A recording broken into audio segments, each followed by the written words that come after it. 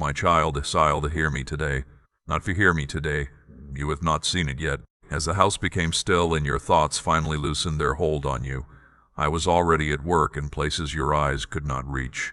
I did not wake you because that part belonged to me, but I am telling you now because I do not want you moving forward unaware of what I have been doing on your behalf. That quiet pull you felt just now, that small inward nudge that made you pause, was not meaningless. It was my spirit drawing near to yours. I have reached for you like this before, more times than you realize. So often the noise of ordinary life became louder than my voice.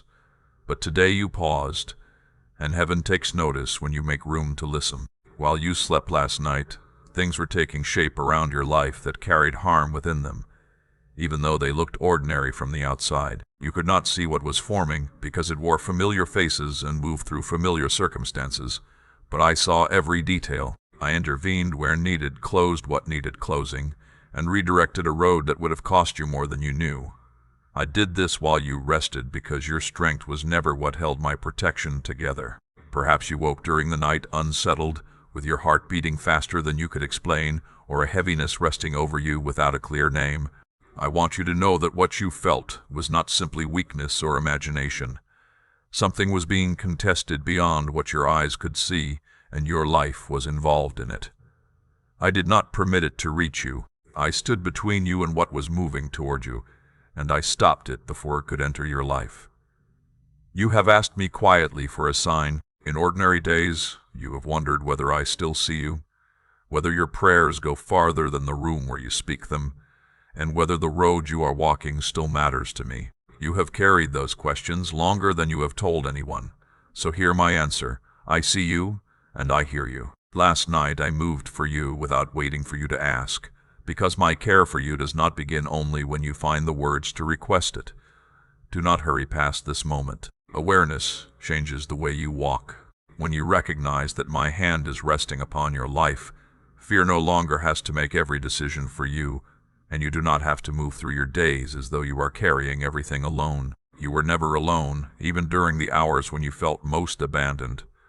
I know what this past season has taken from you, the weight you carry when morning comes and the heavier burden you finally lay down at night. You have held yourself together where others could see you while quietly unraveling where they could not. You have said, "I'm fine," with a steady voice while your heart struggled to remain steady. My child, I saw that. I was never deceived by the face you showed the world, and I was never as far away as your pain made me seem. Every private struggle, every quiet disappointment, every moment when you had to gather yourself before facing another day, was already before my eyes. You were never meant to carry every part of this by yourself. Somewhere along the way, you began trusting the strength of your own grip more than the strength of my hands.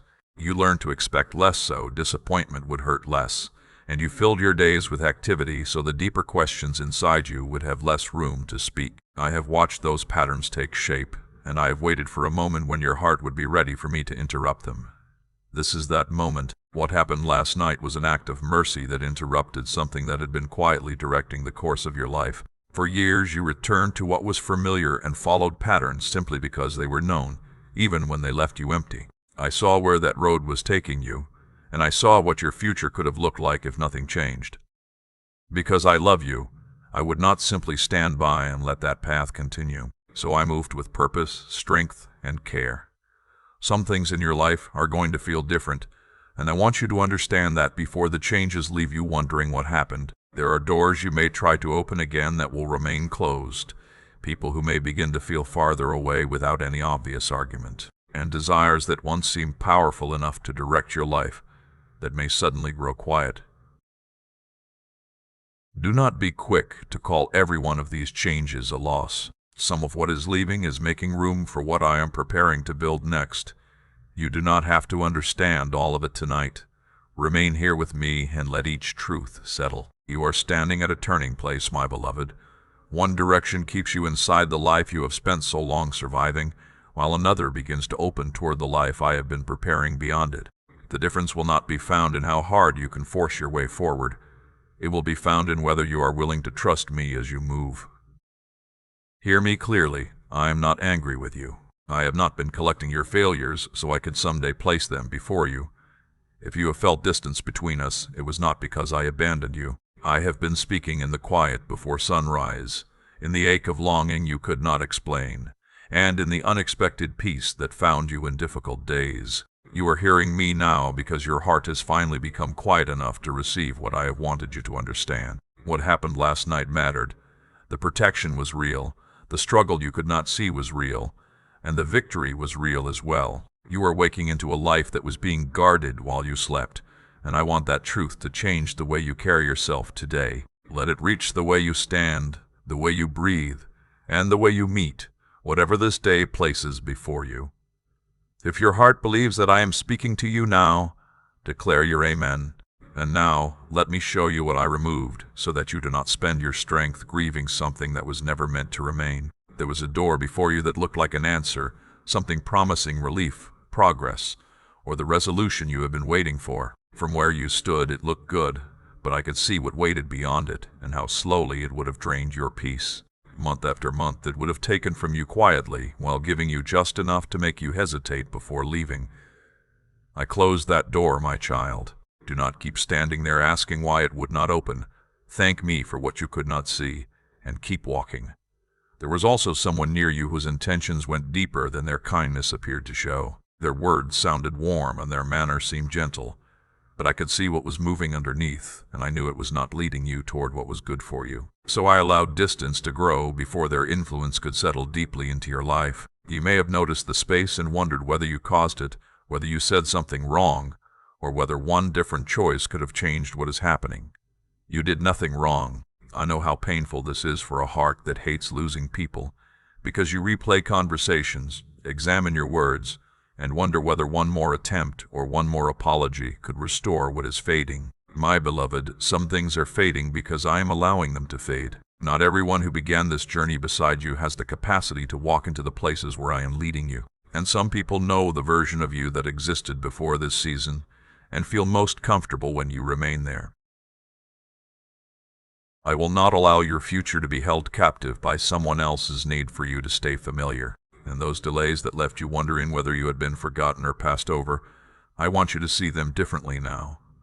Every one of those delays was handled with care. You thought the quiet seasons meant I had stopped moving, but some of my deepest work was taking place when everything looked still. There are appointed times for things to arrive, and if I had allowed you to move when you wanted to move, you might have reached a place before the way was ready for you. The timing you resisted was part of what was protecting you. There is something difficult I need to tell you now, and I am saying it because I love you. What I removed from your life must not be invited back simply because loneliness makes the familiar feel comforting again. Some of what I take away may try to return wearing different promises, gentler words and a changed appearance, perhaps arriving when you feel most tired or alone. When it comes knocking, remember this moment, and remember that I closed that door with my own hand. I do not close doors carelessly. There is something else I am asking you to release. The resentment you have kept hidden in the quietest room of your heart. You have returned to it whenever an old wound begins to ache, perhaps believing that holding on to what happened somehow protects you from being hurt again. But bring that resentment to me, because it has kept part of your strength tied to the very moments you are trying to move beyond. You do not have to pretend the wound never happened, and you do not have to call what was painful acceptable. You simply do not have to carry the person who hurt you everywhere you go. Place that burden in my hands, and stop allowing the past to occupy the strength you need for today. Release your grip on control as well, because you have spent so much time preparing for every possible outcome, planning around every sorrow, and holding everything together through watchfulness and worry. I understand why you learned to live that way. Life taught you early that when you stopped holding things together, they seemed to fall apart. So watchfulness became a kind of safety. But my child, you have been carrying things I never asked you to carry. Your security does not rest in how tightly you can hold your life together. It rests in my faithfulness. When you loosen your hands, those same hands become free to receive. Think carefully about what I am telling you as you enter this new season. What truly comes from me will not leave you constantly confused, drained, and desperate for small pieces of peace. It will not require you to empty yourself and then call that emptiness love. When I bring something into your life, There will be a settled quality within it, a quiet sense of rightness that does not require you to force what should naturally unfold. This is how you will learn to recognize what I provide and distinguish it from what only appears to be provision. The counterfeit feeds on anxiety and keeps you reaching for certainty, while what comes from me calls you toward trust. In the days ahead, watch for the small shifts, a conversation that lands differently, a worry that once filled your mind suddenly losing its voice, an old temptation appearing strangely small. These are visible edges of work that has already been taking place beyond what you could see. Watch the way your understanding of people begins to change as well. I am sharpening your discernment, not so that you become suspicious of everyone, but so that you become wiser about where you place your heart. You will recognize those who genuinely rejoice when you grow and those who merely tolerate your growth. And you will feel the difference between people who pour into your life and those who continually draw from it. Do not turn this clarity into a weapon. Let it become a map showing you where your heart can safely invest and where you need to guard it. You do not need to confront everyone you understand more clearly. You do not need to announce every change or defend every decision I am bringing about. Stay quiet, stay steady, and allow my work to unfold without trying to control every part of the transition. Your responsibility is not to manage what I am doing. It is to trust the one who began it. I have never begun a work in you only to abandon it halfway through, and I will not begin doing that now. Stand at the edge of this new season without continually turning your eyes toward what is behind you. What is behind you had its place in your story. Some of it taught you, some wounded you, and all of it has brought you to a place where you can finally release it. The road ahead feels different because I have been clearing it myself. Walk forward without dragging yesterday behind you like a chain, and if you trust my hand to determine what remains and what must go, let your amen rise now. There is something else I need to show you, because beneath these changes is a divided place in your heart that you have been living from longer than you realize. Part of you leans toward me, while another part keeps one hand wrapped around the old life, just in case you need somewhere familiar to return. You pray, but you also protect yourself against disappointment. You believe, yet some part of you still braces for the moment things may not unfold as you hoped. My child, I want you to hear me thin resolved. Every season of this wavering, but I want you because a divided heart carries no cost. There are things waiting for you that require both hands to be open, and one of yours has remained occupied with what you are still afraid to release. I am not asking for one small corner of your life, while you keep everything else under your own control. I am asking you to give me the whole of it, not because I desire control over you, but because partial surrender leaves you with only partial peace. Think about what the other places you trusted have actually given you. Your constant busyness never gave you rest. The approval of people could satisfy you for an evening and leave you empty again by morning, and your careful plans could not keep a single storm from coming.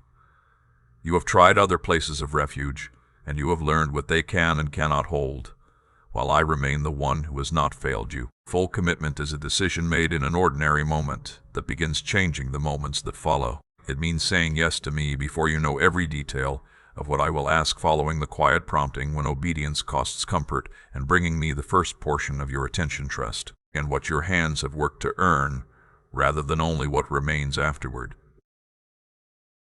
And this is where I will examine the condition of your heart, not through another conversation, but through an act. My child, I want you to hear me today. Lay something around you as if shifted, not because I take care of him, something that carrying his weight for you, and let it become an offering laid before me. Let it be like a seed released into deep waters, given freely rather than held tightly, because fear tells you that you may need every bit of it to survive. If you choose to make that trust tangible through giving, use the support link in the description, but understand that what I am looking at is deeper than the gift itself. I am looking at the place in your heart where you are learning to trust that your provision rests with me rather than in what you can keep for yourself. What you release in faith does not simply disappear from your story. It moves ahead of you into what I am preparing. Remember what an altar has always represented, not merely a place where something was lost, but a place where trust became visible. When Abraham climbed that mountain with his son, he placed what was most precious to him upon the stones, and in that moment of surrender he discovered that I was already the one who would provide. The provision was waiting on the mountain before he could see it, but he had to keep walking in trust, before he could recognize what I had prepared. I have watched fear speak to you about your provision for years, telling you to hold everything tightly, calculate what remains, and treat generosity as though it might leave you exposed. Fear always reaches the same conclusion. Not yet, not now, perhaps someday, but certainly not this much. Yet fear has never sustained you, my child. I have. Through every lean season you have survived, something arrived when you needed it, a way opened when you could not see one, and somehow you kept going until you reached this moment. That was not merely chance. I was there. Think of the widow at Zarephath, with only a little flour, a little oil, and famine standing at her door. When my prophet asked her to prepare bread first, everything in her circumstances told her to protect what remained. Yet she gave from the very place where she felt she had almost nothing, and the flour remained, and the oil did not run dry. The lesson was not simply about what she possessed. It was about what fear had convinced her she could not release. The seed that remains clenched in the hand can never become the field it was meant to become, because it has never been entrusted to the ground. So look honestly at what you are still holding and ask yourself, is this truly provision in my hands, or has it quietly become something you depend on in my place? Whatever you cannot release has begun to exercise authority over you. I am far more concerned with your freedom than with what is in your hands, because I want you to know what it feels like to live with open hands before me. This is where surrender becomes real, when you stop merely speaking about trust and allow trust to become something you have actually placed somewhere. And after release comes receiving. So I want you to learn how to receive without feeling guilty for having hopes of your own. There have been times when you looked at your desires and wondered whether wanting a fuller life made you selfish. It does not offend me. I place those hopes within you, and the harvest I am preparing is not meant to leave you existing on bare survival alone. I want your life to become a channel through which what you receive can bless others, rather than a container that only holds everything for itself. This has been part of the pattern from the beginning, from the moment I called Abraham out of his father's land. But listen carefully about giving. Do not give as though you are negotiating with me, because I am not a merchant, and heaven is not a marketplace. Give because you have decided that fear will no longer sit at the center of your decisions, measuring every sacrifice and convincing you that you must protect yourself at all costs. Give because you are learning to believe that I am your source, and that every other stream of provision ultimately flows from me. The offering matters because of what it reveals and what it loosens within you, not because I lack anything your hands could provide. The whole earth already belongs to me. What I have been after all along is your heart, finally resting in the faithfulness you have spent so much of your life from Ryan to secure for yourself. This is the commitment I am drawing you toward, a trust that does not keep one hand closed just in case everything becomes uncertain again. This is not about exhausting yourself by trying harder. It is about becoming free enough to live with both hands open. Let that settle inside you, because everything else I want to show you rests upon this foundation. The one asking you to trust with your whole heart is the same one who was watching over you in the darkness while you slept. And I have already given you a glimpse of what my faithfulness looks like. Now I want to speak about the battles no one else witnessed. People saw your composed face and assumed your life was manageable, because they saw you keep showing up, keep your word, carry your responsibilities, and continue doing what needed to be done. They never saw what those ordinary acts sometimes cost you. But I saw the hours behind the hours, the nights when you lay awake calculating your worries, and the moments when you gathered yourself in private, before stepping back into the world and appearing strong for everyone else. Nothing about those hidden hours escaped me. Heaven keeps a different record than the world does, because the world remembers what can be seen: positions, accomplishments, victories, recognition, and applause. I remember the choices you made when no one was watching, the moments when you gave up the easier path because you knew it was not right, and the quiet sacrifices that brought you no recognition. What seemed small to others was never small to me. I saw the honest choice you made when compromise would have been easier. I saw the forgiveness you offered before anyone asked for it.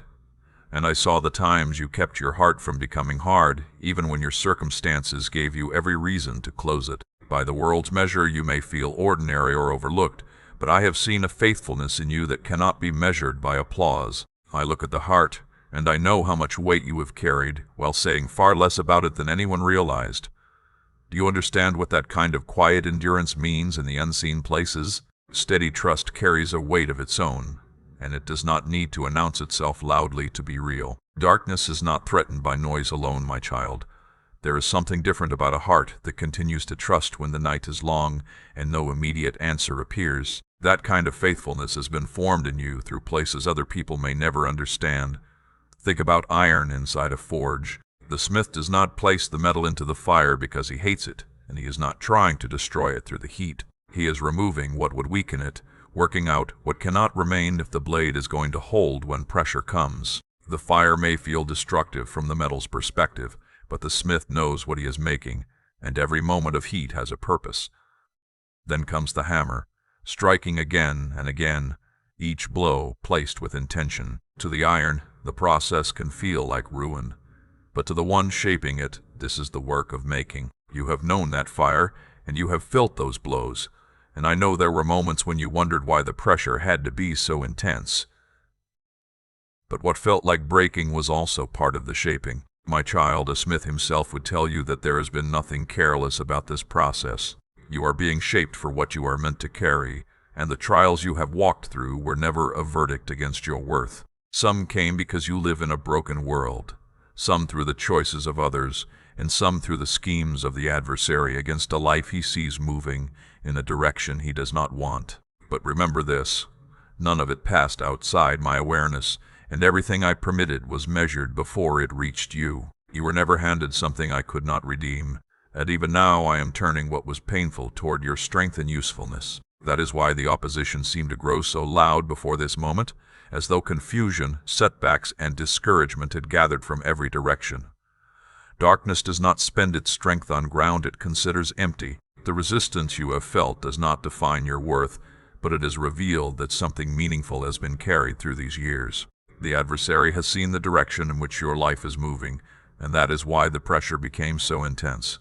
So let me help you see your struggle differently. The pressure surrounding you is not proof that heaven has closed its doors, and the trembling you feel does not mean everything is falling apart without purpose. Sometimes the loudest resistance comes when something that once held you is beginning to lose its grip. Its noise may be great, but noise itself is not power, and I, who hold the outcome in my hands, am speaking to you with a calm and steady voice. Hear the word I most want to leave with you now. Stop trying to prove yourself. You have spent years trying to earn love that should have been freely given, learning to justify your place, make yourself useful, and become needed enough that people would have a reason to stay. You have carried the pressure of performing for acceptance, and I want you to put that burden down. You do not have to keep auditioning for a love that was never meant to be earned. Your worth was already settled when I formed you, and neither your finest performance nor your deepest failure can change that. The people who made you feel you had to perform for love were offering something more like a wage than a gift. There were things you did faithfully that others never noticed, and times when someone else received praise for work you had quietly carried. I allowed some of your best work to remain hidden because I would not let your heart become dependent on applause. Recognition that comes too soon can leave a person reaching for the next compliment, always listening for someone to say, "I see you, I was building something deeper in you," a faithfulness that could remain steady when nobody was watching. That kind of faithfulness has roots because it is not sustained by recognition. It can stand when the room is empty and there is no one there to tell you that you did well. You are stronger now than you have ever been, even though you may also feel more tired than you remember being. Do not mistake exhaustion for weakness. A soldier returning from a battle he survived may limp, ache, and need rest, but his weariness does not erase what he endured. Your tiredness is part of the honest cost of battles that were real, and I will restore what has been spent. The endurance, discernment, humility, and depth formed in you through these years have become part of you. So lift your head, my precious child, not in pride, but in recognition of what has happened. You entered the fire one way, and you are coming through it changed, not because the heat destroyed you, but because it exposed and shaped what was already being formed in you. The season ahead does not require you to become an entirely different person. It will give room for the person this process has made you to finally stand. The work of the forge is nearing completion, and what follows the fire is purpose. Now I need to lift your eyes beyond your immediate world, because what lies ahead concerns more than your private life. A season of shaking is approaching, and I want you prepared rather than frightened. Much of what people have depended upon will reveal whether it can actually bear their weight. Arrangements that seemed permanent may bend, certainties may come apart, and many will reach for something solid, only to discover that what they trusted cannot hold them. But you, my child, are being warned beforehand, and that changes how you can enter this season. Understand why the shaking comes. It is not cruelty, and it is not evidence that chaos has escaped my hands. When what can be shaken is shaken, what cannot be shaken becomes visible, and people discover what their lives were truly resting upon. Some will find that they built upon sand, while those who built upon rock will discover that even in the trembling, their foundation remains. The storm may expose one foundation while confirming another, and I intend for you to be among those who remain standing. Your steadiness will not come from knowing every event before it happens. It will come from staying near to me. That is the center of what I am asking from you in the days ahead. Stay close to me, not as someone who visits only when life becomes difficult, but as someone who walks with me through ordinary hours. Speak with me in the morning before the demands of the day pull at your attention, and return to me in the evening with whatever the day has left inside you. You do not need elaborate words or perfect prayers. Come as a child comes to a father, plainly, honestly, and often. Let our conversation become part of the rhythm of your life. When you remain near to me, something begins forming within you that the world cannot manufacture. An inner quiet can take root that does not depend upon everything around you being quiet. While others may be overwhelmed, your thoughts can become settled, and while others rush toward one loud answer after another, you can learn to recognize an unhurried sense of which step to take. This is not because you are wiser than everyone else. It is because you are listening to the one who sees the entire road, while others can see only the few steps ahead. I will guide you through this season in simple and practical ways.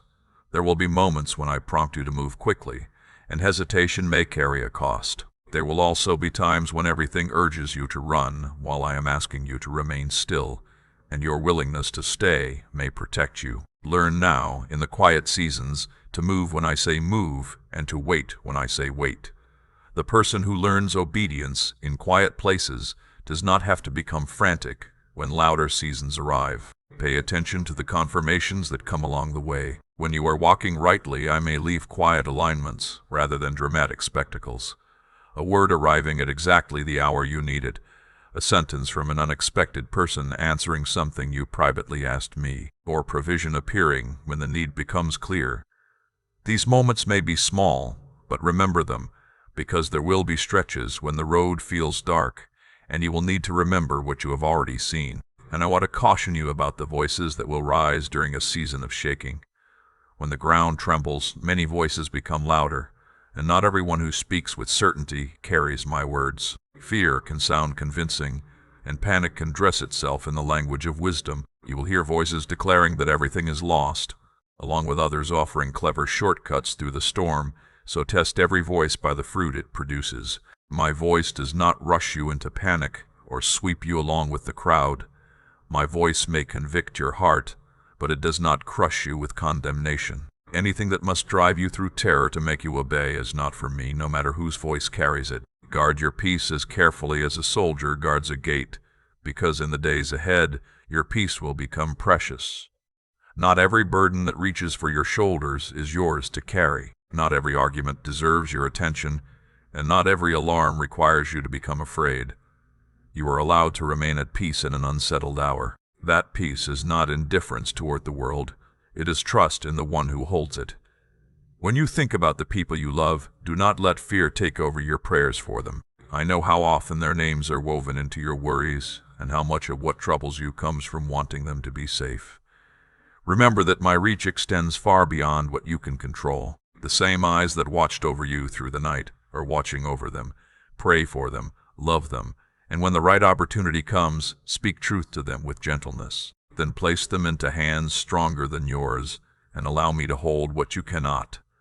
Your worry cannot add to their protection, but your prayers matter.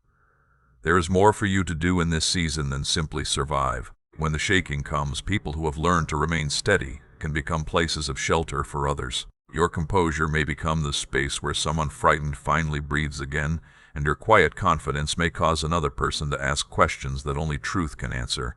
You do not need to argue someone into believing or force your faith upon them. Stand firmly enough that when they ask how you are remaining steady, you can simply tell them that you are being held by a hand they cannot yet see. This is why the preparation had to come before the storm. The fire, the pruning, and the long stretches of silence you once mistook for my absence were all part of what was being formed in you. The shelter has to be prepared before the storm arrives, and I have been measuring what I have worked into you against the days I could already see coming. You are entering this season with wounds and weariness, but you are also entering it prepared, tested, and accompanied.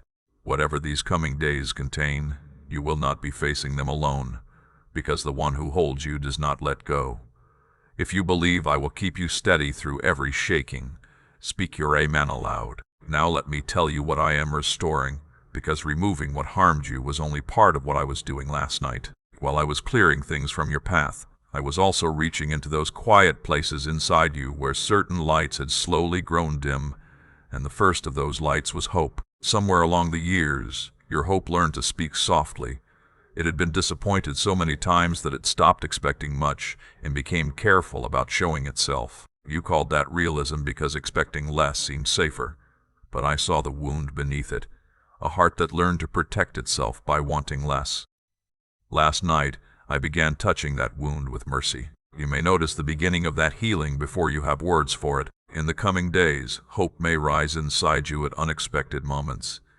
And because you have grown accustomed to disappointment, you may almost try to push it away. Do not be afraid of it. What is returning is not childish naivety. It is hope beginning to breathe again. Let it have a voice, because I am teaching your heart to open again. I am restoring your strength as well. Much of the exhaustion you have carried was never simply about work or sleep. It came from silent burdens, managing other people's opinions, preparing for what might go wrong, and feeding relationships that took more than they gave. As those hidden drains are removed, you will begin noticing strength returning in places where rest alone never seemed able to restore it. Things that once consumed you may begin requiring less from you, and the strength that remains can finally be spent on what truly matters. Your thoughts are going to feel different too. For a long time your mind has felt like a house with too many doors standing open, with every passing wind finding its way inside. I am closing some of those doors, and worries that once circled endlessly will begin becoming quieter. Their circumstances may still exist, but their ability to control your thoughts will weaken, and in that new stillness you may hear yourself think with a clarity you have not experienced for a long time. Ideas may begin arriving with a completeness that surprises you. Decisions that once consumed weeks of anxious thought may become clearer in days, and then perhaps in hours, because your mind is no longer tangled in every possible outcome. This is what an untangled mind feels like, and I am returning something that has been buried beneath too much noise. With the clearing will also come an opportunity, and I want you to recognize it when it appears. It may not arrive with a great announcement or look impressive at first. It may appear small or ordinary, because things that grow into something substantial often begin in ways that seem insignificant. A mustard seed does not resemble the tree it will become, but you will recognize what I place before you by what it produces within you, a settled sense of rightness rather than a frantic demand for immediate action. It will fit the person you have become, not the person you used to be, and it will ask for faithfulness rather than frenzy. Carry this principle of discernment with you from this moment forward. What comes from my hand may challenge you, but it carries peace even when obedience requires courage. What comes from elsewhere can create agitation even when it initially feels pleasurable. My assignments may stretch you, but they will not require you to abandon your conscience, silence the discernment I have given you, or become someone you are ashamed to be. When you stand before a choice, pay attention to the peace within you, because it knows the direction home. And if what I am bringing takes time to unfold, do not become anxious simply because it is moving slowly. I build things to last, and what is meant to endure does not need to be rushed. You have seen what happens when something tall is built quickly upon ground that has never been made ready, and that is not the kind of work I am doing in your life. Each stage will come when it is ready, and each stage will prepare you for what follows.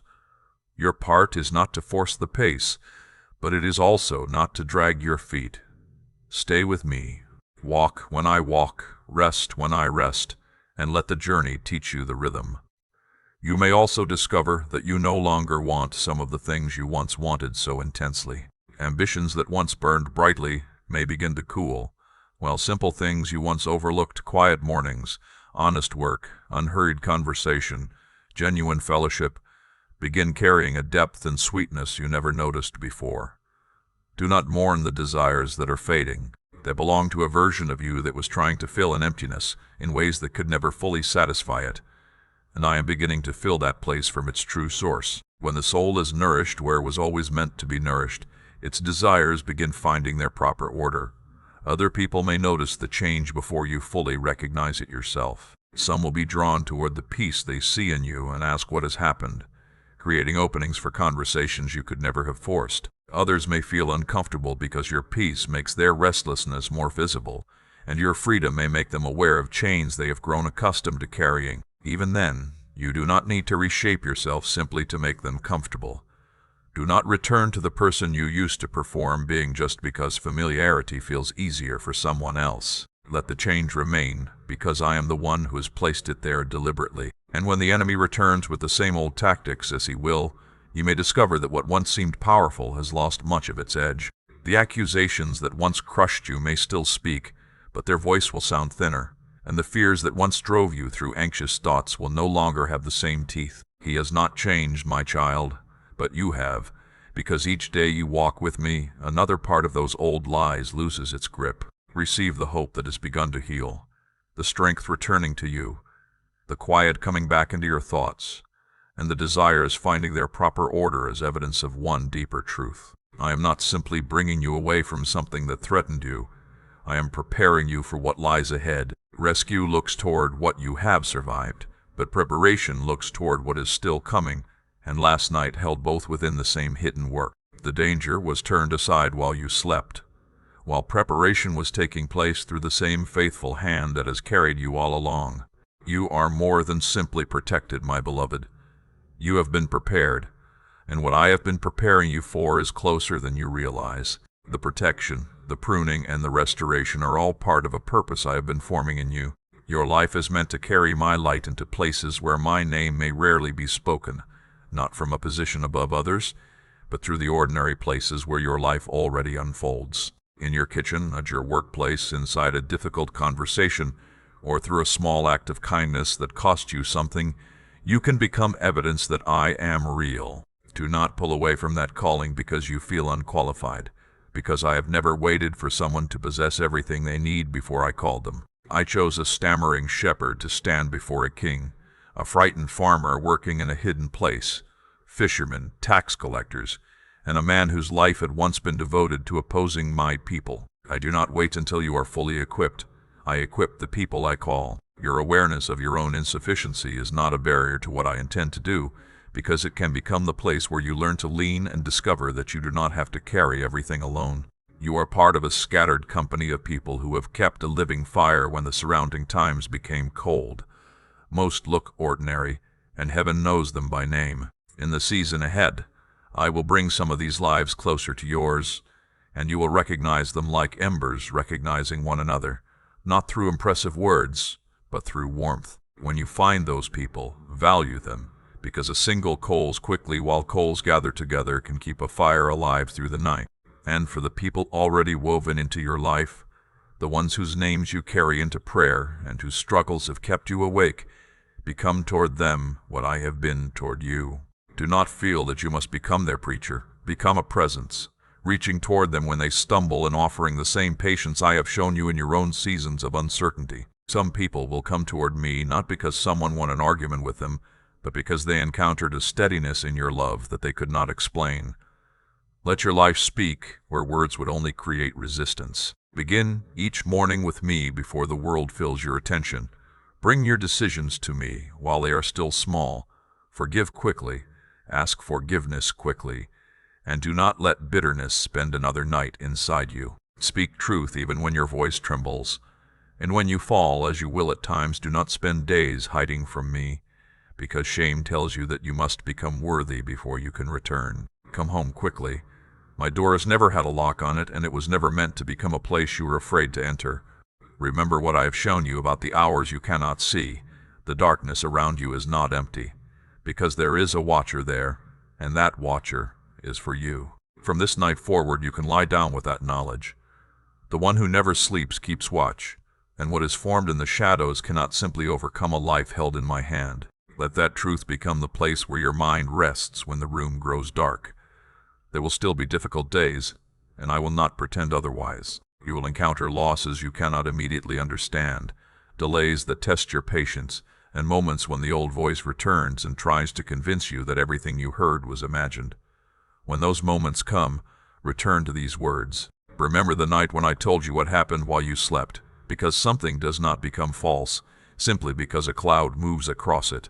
The sun remains above the cloud, and my faithfulness remains present even when your circumstances make it difficult to see. Look for me in the quiet hours and in the small things, a burden lifting without announcement, the right word arriving through an unexpected person, or a situation closed for years beginning to open. When these moments come, do not dismiss them as coincidence. Recognize them for what they mean to you, faithfulness. And tell someone about what you have experienced, because a testimony can carry one rescued life toward another. Your story does not need to be impressive or polished. Told honestly, it may reach a heart that would have remained closed to a sermon. Let what I have done in you become something another person can recognize. There will also be moments when my nearness feels almost tangible, like warmth beneath the ordinary surface of a familiar day. When they come, receive them as encouragement, but do not build your faith upon the feeling itself, because feelings change, and what feels strong one day can become quiet the next. The just do not live by sensations, they live by faith. Let those sweet moments encourage you along the road, but do not mistake them for the road itself. Now take your first step into this new season without continually turning around to look at what you have already left behind. The accusations that once followed you have lost their authority. The patterns that shaped your choices have lost their hold, and the fears that once demanded your attention no longer have to decide where you go. You are leaving this moment carrying less than you carried when you arrived, and I do not mean that as a passing feeling. Something real has been lifted from you. Some burdens became so familiar that you forgot what your shoulders felt like without them. But I have begun teaching you the difference between carrying responsibility and carrying weight I never assigned to you. What I removed does not have to be placed back upon your shoulders unless you willingly bend down and pick it up again. Walk forward with open hands and let what I have taken remain behind you. You do not need to carry yesterday simply because you remember it. Remember what this night has held. Protection you never had to earn, pruning. You did not understand an invitation to trust me with both hands open. Strength formed in hidden fire, steadiness prepared for unsettled days, hope restored at its roots, and a purpose shaped for the person you are becoming. You do not need to understand how every piece fits together before you can be grateful for what I have brought you through. This is not the last time I will speak to you. It is the beginning of a conversation that can continue quietly beneath the rest of your life, like a river moving beneath the surface. Come back to the quiet often, and you will find me there. I will not be rushing you, I will not have disappeared, and I will not be finished with you, because one difficult chapter has closed. When you cannot feel my presence, choose to remember this hour, because memory can become an anchor when your emotions begin to change with the weather. Remember what you understood when your heart was quiet enough to receive it. And remember the ways you have already been carried through things you once thought you could not survive. You came to these words carrying a question you could barely put into words, and I want you to hear the answer simply. You are seen. You are being kept. There is a hand upon your life that has never trembled, and that hand is holding you even now. Go into today, tomorrow, and the days that follow, carrying the picture of someone who slept through a battle they never saw, and woke inside a victory they did not have to create. Let that picture remind you that you do not have to understand every battle in order to trust the one who keeps watch. My peace I leave with you. My peace I give to you, not as the world gives something temporary and fragile, but as I give it, whole and enduring. When you cannot explain what is happening, return to that peace when you feel uncertain. Remember what I have already shown you, and when you feel alone, remember that my presence was there before you even knew to look for it. When tomorrow brings another question, you do not have to forget what you learned today simply because the answer has not arrived. Let peace become the place from which you wait, decide, and continue walking. If you receive this word and choose to walk with me, seal it now with your amen. If you would like to support this message and its continued work, you can do so through the QR code or the support link in the description. Let your support simply be an expression of gratitude for what has encouraged you and a way of helping this message reach others. God bless you.